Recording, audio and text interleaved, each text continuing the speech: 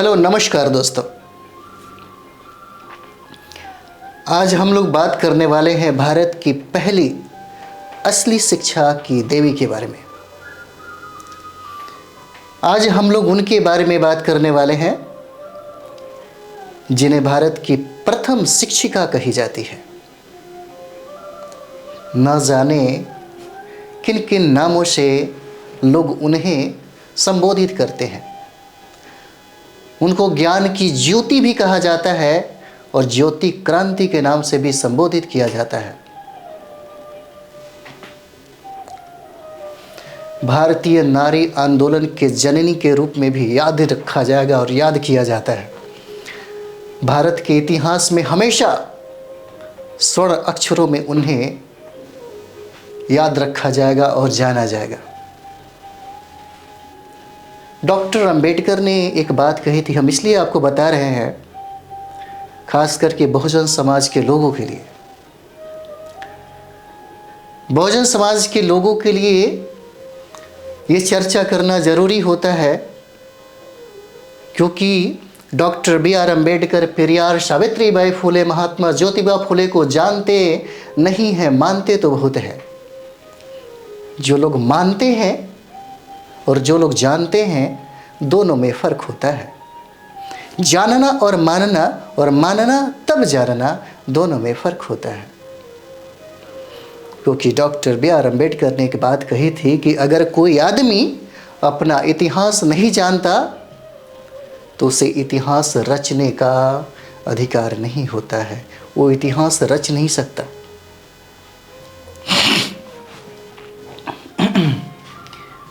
बहुजन समाज के लोगों से एक और अपील है मेरा। यदि आप अपने महापुरुषों को जिंदा रखना चाहते हैं, उनकी गौरव गाथाओं को अगर आप जिंदा रखना चाहते हैं, तो आपको पढ़ना होगा, आपको स्टडी करना होगा, आपको जानना होगा। उनके आदर्श, उनके वसूल, उनके संघर्ष को समझना होगा, पढ़ना होगा, जानना होगा, फिर इस विचार को अन्य लोगों तक फैलाना होगा। ये कहानी उस समय की है जब भारत में ब्रिटिश हुकूमत राज कर रही थी। मराठा के उस सतारा की यह कहानी है जहाँ पे पेशवा ब्राह्मण राज्य कर रहा था। सावित्रीबाई फुले की ये कहानी है। यह सावित्रीबाई फुले की कहानी है जिनका जन्म 3 जनवरी 1831 ईस्वी को हुआ। सतारा का पुणे का एक जगह है जहाँ पे नए गांव, एक छोटे से गांव में उनका जन्म हुआ था। 9 वर्ष की अवस्था में ही उनकी शादी महामना महात्मा ज्योतिबा राव फुले से हो गई। उस समय उनका उम्र 13 वर्ष था और सावित्रीबाई फुले का उम्र 9 वर्ष था। उस समय तो लड़कियों का पीरियड भी नहीं होता है। इसका मतलब ये था कि उस समय बाल विवाह अपने चरम स्थिति में थी। सावित्रीबाई फुले का संघर्ष कोई फूलों का सेज वाला कहानी नहीं है। उनके जीवन का हर संघर्ष, हर वो लम्हा जिन्हें याद करके रोम रोम कांप जाता है, उन सावित्रीबाई फुले को हम याद करके कभी कभी गर्व महसूस करते हैं कि भारत की धरती पे ऐसी भी महिला पैदा हुई है।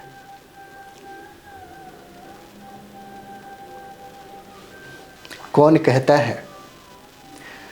कहता है कि शादी होने के बाद लड़कियों को उसका पति नहीं पढ़ाता? अगर पति ज्योतिबा फुले जैसा हो तो हर पति अपने पत्नी को पढ़ाना लिखाना चाहेगा, उसे काबिल बनाना चाहेगा।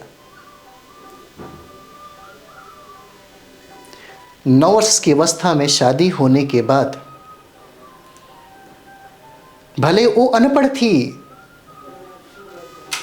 पढ़ना लिखना नहीं जानती थी,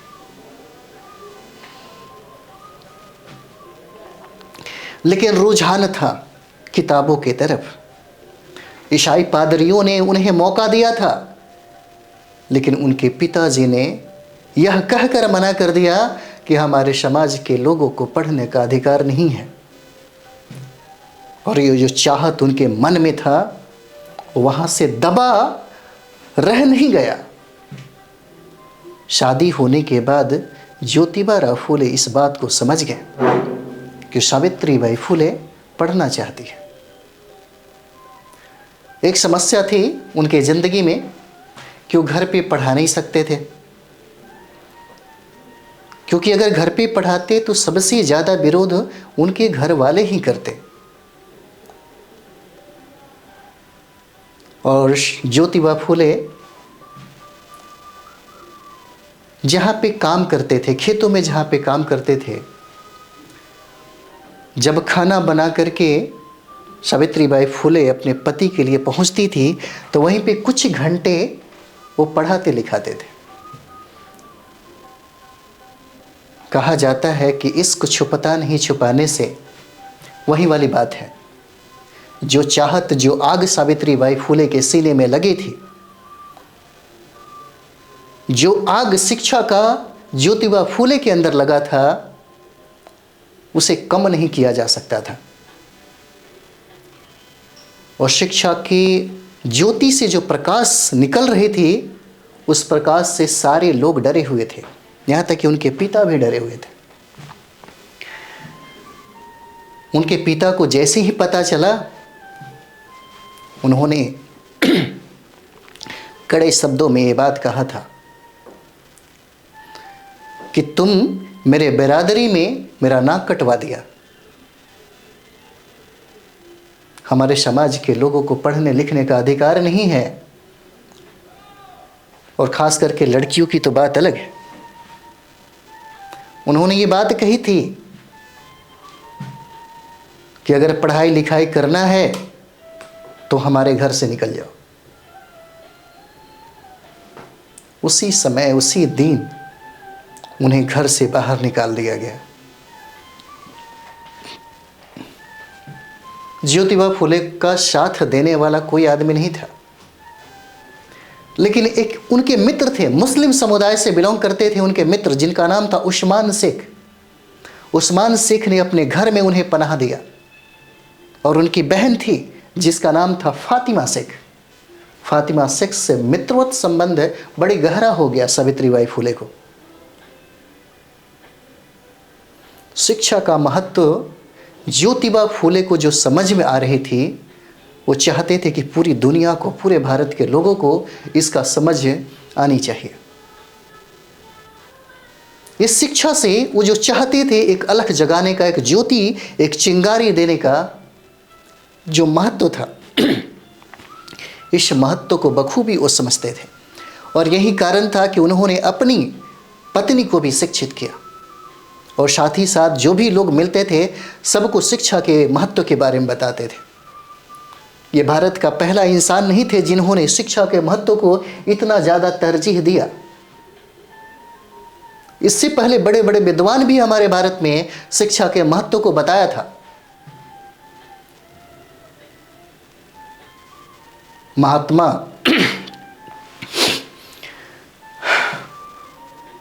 गौतम बुद्ध के त्रिरत्न में ही पहला कोटेशन है, बुद्धम शरणम गच्छामि। उन्होंने कहा कि आपके सारी समस्याओं का हल एक जगह आकर के रुक जाता है। आपकी हर समस्याओं का समाधान सिर्फ एक जगह है। आपको ज्ञान की शरण में जानी चाहिए, आपको नॉलेज चाहिए। आपको हर समस्या का समाधान मिल जाएगा अगर आपके पास ज्ञान हो जाए।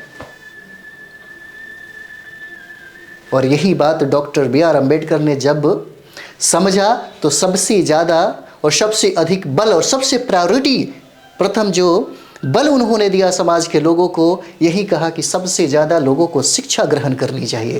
क्योंकि शिक्षा ग्रहण करने के बाद जो ब्राह्मणों द्वारा बनाई गई जो सामाजिक संरचना है, इसको तोड़ने का जो आज़ादी आपकी सोच में, जो आपकी बदलाव जो होगा, वो कमाल का दिखेगा।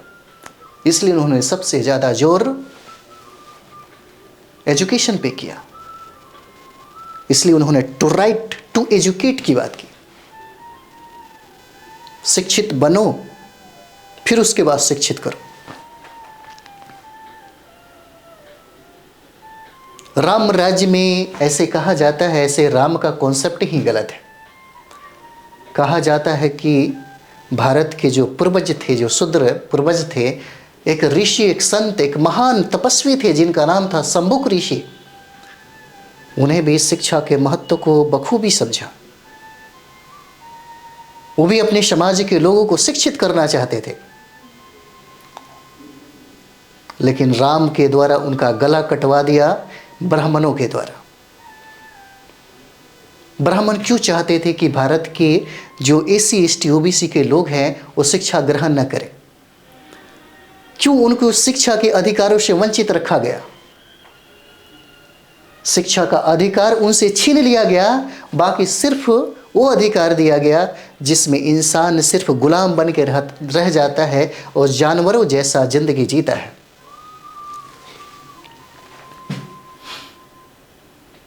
जानवरों जैसा जिंदगी जीता है। ये महत्व उन्होंने बताई थी, और यही महत्व को सावित्रीबाई फुले ने समझा कि शिक्षा ग्रहण करने के बाद लोगों का जिंदगी बदल जाता है, लोगों का बौद्धिक विकास होता है। क्योंकि सामाजिक संरचना जिस तरह बनाया गया था, उसमें एक महिला को पढ़ना लिखना कितना मुश्किल वाली बात रही होगी, सोच के हैरान हो जाएंगे आप। लेकिन यह सिलसिला रुका नहीं। कुछ ही दिनों के बाद 17 साल की उम्र में 4 लोगों ने मिलकर के भारत का पहला महिला स्कूल खोला। सावित्रीबाई फुले, महात्मा ज्योतिबा फुले, उस्मान शेख और फातिमा शेख ने मिलकर के एक स्कूल खोला, और 17 साल की उम्र में सावित्रीबाई फुले शिक्षिका बनी। जिस उम्र में लोग दुनिया को समझने में नाकामयाब होते हैं,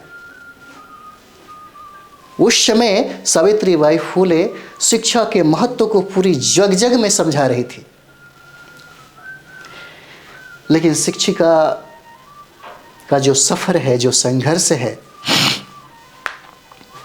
हम जब बायोग्राफी पढ़ रहे थे तो मेरे आँख से पानी छलक रहे थे। मैं सोच रहा था कि इस धरती ने ऐसे ऐसे वीरांगनाओं को जन्म दिया है जिसके बारे में इतिहास मात्र ना के बराबर लिखता है,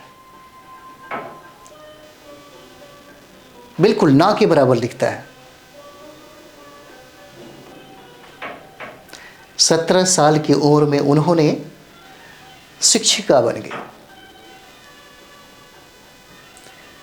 उन्होंने प्रथम जब स्कूल खोला तब मात्र 9 लड़कियां उस स्कूल में आई थी, और वो 9 लड़कियां कोई बड़े घर से बिलोंग नहीं करती थी, कोई माली समुदाय से बिलोंग नहीं करती थी।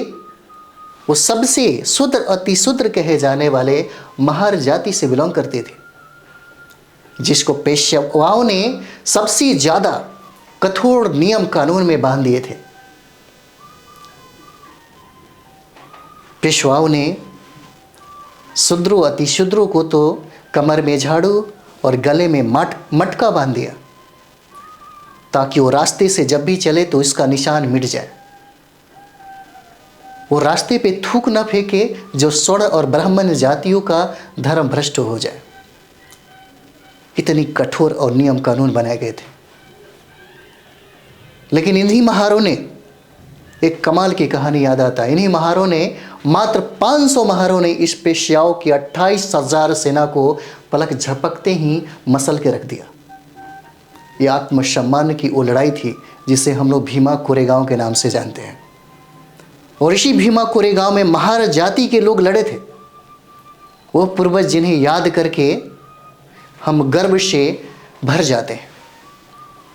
उन्हीं की लड़कियां, मात्र 9 लड़कियां थीं जो सावित्रीबाई फुले के यहाँ पढ़ने आई थी। एक बार जब वो जाती थी पढ़ाने के लिए, तो समाज के सभी लोग उनका आरती नहीं उतारते थे, उनके साथ बड़ा बुरा बर्ताव किया जाता था। बड़ा व्यवहार जो था बहुत भयानक व्यवहार था। बड़ा गलत तरीके से उनका प्रतिरोध किया जा रहा था, उनका विरोध किया जा रहा था। कुछ लोग तो कीचड़, मैला, सड़ा हुआ टमाटर, न जाने क्या क्या फेंक करके उनका प्रतिरोध करते थे।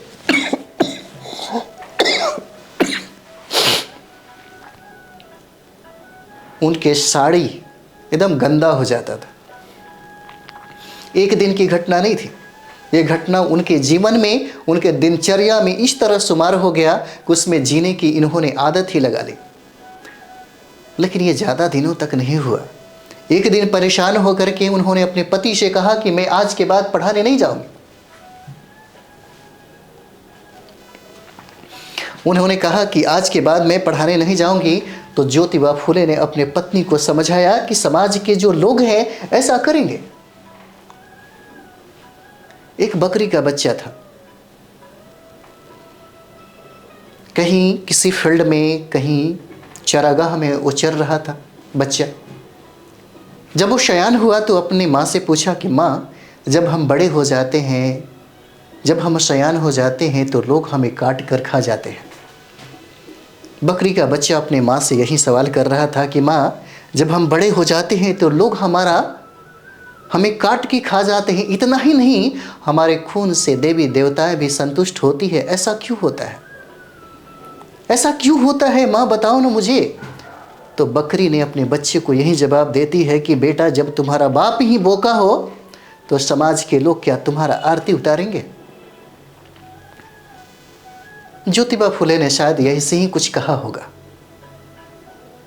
कि जिस समाज का निर्माण आप करने जा रही हैं, उस समाज में पलने वाले लोग तुम्हारा आरती नहीं उतारेंगे, क्योंकि उनके दिमाग में जो मनवादी, जो पाखंडवादी, जो ब्राह्मणवादी व्यवस्थाओं का बनाया हुआ जो संजाल है, जो गुलामी है, उसे तोड़ना इतना आसान नहीं है। इसी को तो तोड़ना है। तब उन्होंने दूसरा साड़ी दिया। एक साड़ी वो पहन कर जाती थी तो लोग गंदा उसे कर देते थे। फिर वो स्कूल जाने के बाद वो दूसरा साड़ी पहनती थी। ऐसे ही एक कहानी मुझे याद आ रहा है। एक बार रास्ते में कुछ लठैतों ने, जो ब्राह्मण के कुछ ऐसे लोग थे जिन्होंने उनका रास्ता रोक लिया, और रास्ता रोकने के बाद उनको भद्दी भद्दी गालियां भी सुनाने लगा। उनका प्रतिरोध, उनका विरोध इस तरह से किया जा रहा था कि वहाँ के अगल बगल के जो लोग थे इकट्ठा हो गए, लेकिन किसी ने उनका सहायता नहीं किया। किसी ने उनका सहायता नहीं किया।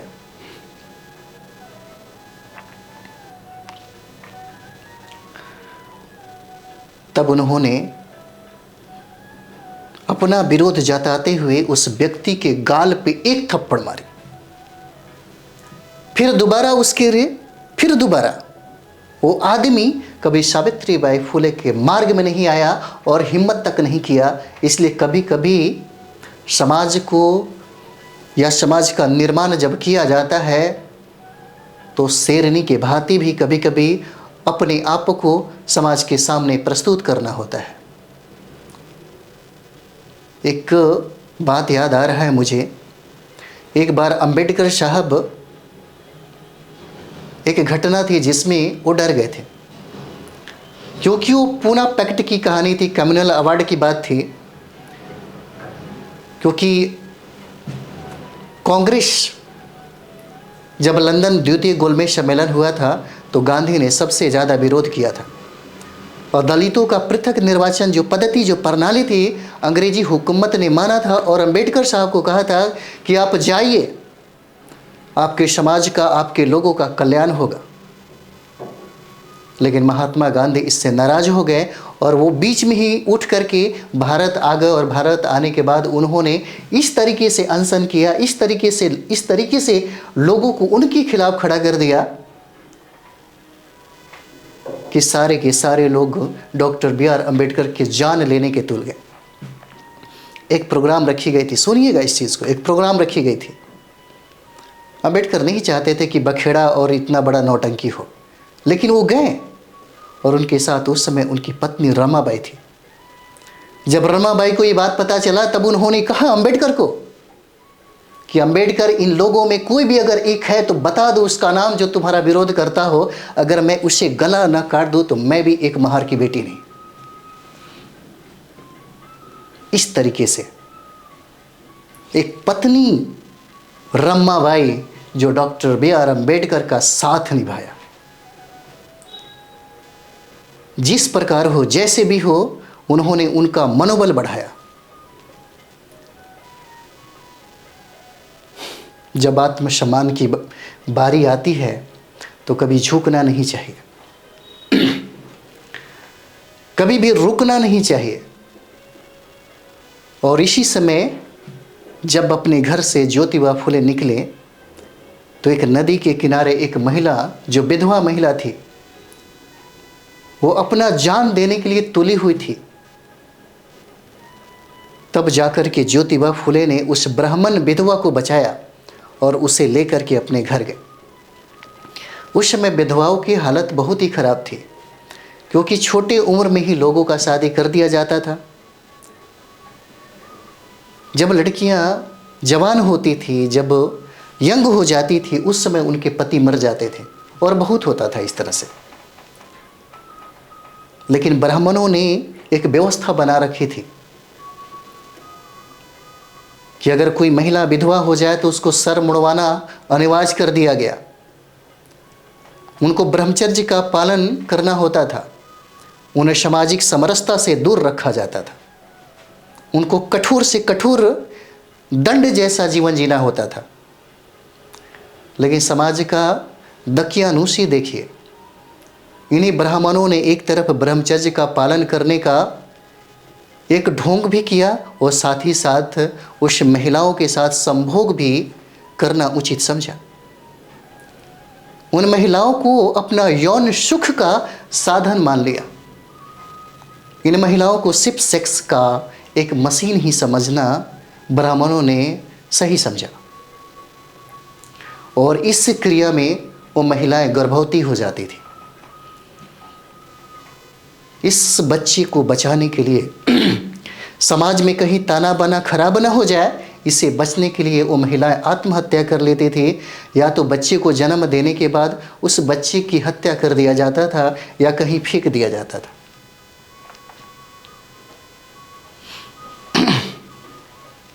जब वो ब्राह्मण, और सबसे ज़्यादा जो विधवाएं महिला सतारा में देखी गई वो सबसे ज़्यादा ब्राह्मणों की ही थी, जिसको सबसे ज़्यादा सावित्रीबाई फुले ने पनाह दिया। अपने घर में एक समझिए कि विधवा आश्रम ही बना रखा था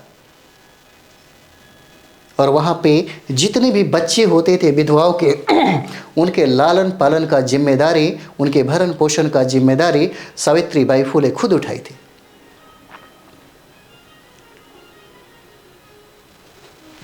उन्होंने खुद उठाया था। जो ब्राह्मण, जो महिला थी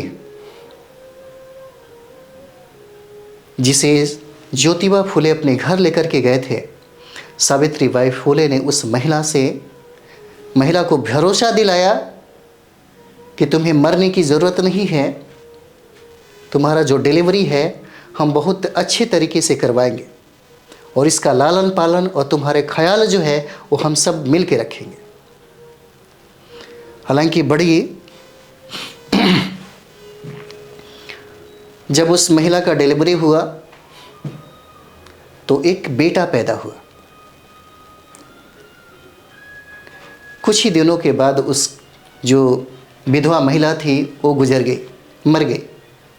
मर जाने के बाद उस बच्ची को सावित्रीबाई फुले ने अपना दत्तक पुत्र स्वीकार कर लिया और उसको खूब पढ़ाया लिखाया और खूब पढ़ाने लिखाने के बाद उसे डॉक्टर बनाया, जिसका नाम है यशवंत राव।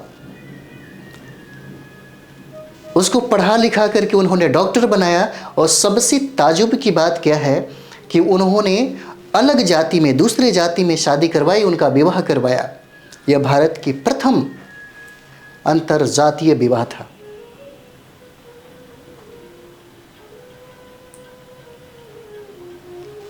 1948 से लेकर के 1952 तक लगभग 18 स्कूलें उन्होंने खोल रखी थी, उन्होंने खोल दिया। 18 स्कूलें खोली थी उन्होंने, जिसमें सबसे ज़्यादा महिलाओं को पढ़ने लिखने का अधिकार दिया गया। सबसे ज़्यादा महिलाओं को पढ़ाया लिखाया गया ताकि वो अपना जीवन जानवरों के तुल्य जी ना सके। कुछ ही दिनों के बाद लगभग 1890 में महात्मा ज्योतिबा फुले की मृत्यु हो जाती है। और मृत्यु होने के बाद खुद सावित्रीबाई फुले उनका मुख अग्नि देते हैं। ये भी समाज में हो रहा एक अलग घटना थी। एक पति अपने पत्नी को अग्नि दे रहा है। इस समय 1 साल के बाद बड़ा ही भारत की मिट्टी से एक ऐसा लोहा पैदा हुआ जो विश्व के इतिहास में भी अपना नाम स्वर्ण अक्षरों में लिखा। यही 14 तारीख का दिन रहता है। 14 अप्रैल 1891 को डॉक्टर B.R. अम्बेडकर का जन्म होता है। महात्मा ज्योतिबा फुले के बाद जिस कारवा को बहुत दूर तक ले जाना चाहते थे, उस कारवा को उन्होंने आसमान तक फहराया। उस कारवा को डॉक्टर B.R. अम्बेडकर ने पूरे विश्व में फैलाई। 1891 में उनका जन्म हुआ। महात्मा ज्योतिबा फुले के मृत्यु के बाद जो सामाजिक, जो रिफॉर्मर, जो ऑर्गेनाइजेशन चल रही थी, उसकी जिम्मेदारी सावित्रीबाई फुले को मिल गया। और सावित्रीबाई फुले ने भी बढ़ चढ़ के वो काम की जो ज्योतिबा फुले चाहते थे। कुछ दिनों के बाद भारत में देखिएगा 1996-97 की बात है। भारत में तो ऐसे ऐसे अकाल पड़े जिसमें लोगों के पास खाने के लिए अनाज तक नहीं था। कभी कभी तो लोग दूसरे का लाश जो था, दूसरे का मांस खा करके, मानव मांस खा करके वो अपना जान तक बचाया। भारत में ऐसे ऐसे अकाल और ऐसे ऐसे सूखा पड़े थे। लोग लाश को खा करके जिंदा रहा था। इसी तरीके से अकाल पड़ा था मराठा महाराष्ट्र में। यह 1897 की कहानी है। और 1897 में प्लेग फैल गई थी।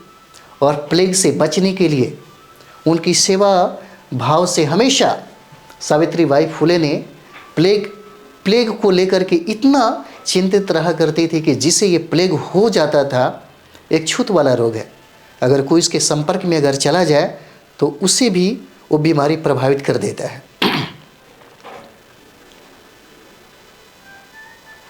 तो जितने भी प्लेग के जो मरीज थे उनको ले जा कर के, क्योंकि उनका बेटा जो था यशवंत राय वो डॉक्टर हो गया था, और इसीलिए उन्होंने अपना अस्पताल ही घर में खुलवा दिया। वो हर एक इंसान को बचाना चाहती थी जिसको प्लेग हो गया था। वो हर एक शख्स को खोना नहीं चाहती थी जिसको प्लेग हो गया था। उस गांव से, उस कस्बा से उस प्लेग के मरीज को लेकर के उस डॉक्टर के चौखट तक पहुंचाती थी जो उनका पुत्र था। और अंदर देखभाल करने की जिम्मेदारी यशवंत राव का था। लेकिन इसी बीच इसी बीमारी की वजह से उनकी मृत्यु हो जाती है। यह कहानी 1897 की है। एक बच्चे को प्लेग हो गया था। वो इतना मासूम था कि सावित्रीबाई फुले ये नहीं सोची कि यह बीमारी उन्हें भी लग सकती है। और उन्होंने हमेशा तन मन और धन से उन मरीजों का सेवा की। उस बच्चे की देखभाल की वजह से ही सावित्रीबाई फुले को वो प्लेग का जो रोग है वो लग जाता है। और अंततः उसी प्लेग के कारण उनकी मृत्यु हो जाती है।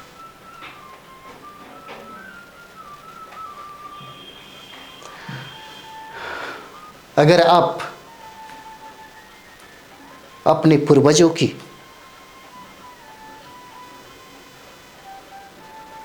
मैं खास करके उन बहुजनों से कहना चाहता हूँ कि यदि आप अपने पूर्वजों को हमेशा जिंदा रखना चाहते हैं, उनके गौरव गाथा को हमेशा जिंदा रखना चाहते हैं, तो जितने भी हमारे अशोक सम्राट से लेकर के जितने भी बहुजन समाज के लोगों के लिए, बहुजन समाज के लिए, भारत के लिए और विश्व के मानवता के लिए जो काम किया, जो हमारे पूर्वज थे, उनको ज़रूर पढ़ा करिए। और पढ़ने के बाद हर एक लोगों को बताइए। इन्हीं शब्दों के साथ जय सावित्री बाई फुले, जय महात्मा फुले, नमो बुद्धाय, जय भीम के साथ अपनी वाणी को विराम करते हैं। जय भीम, जय भारत।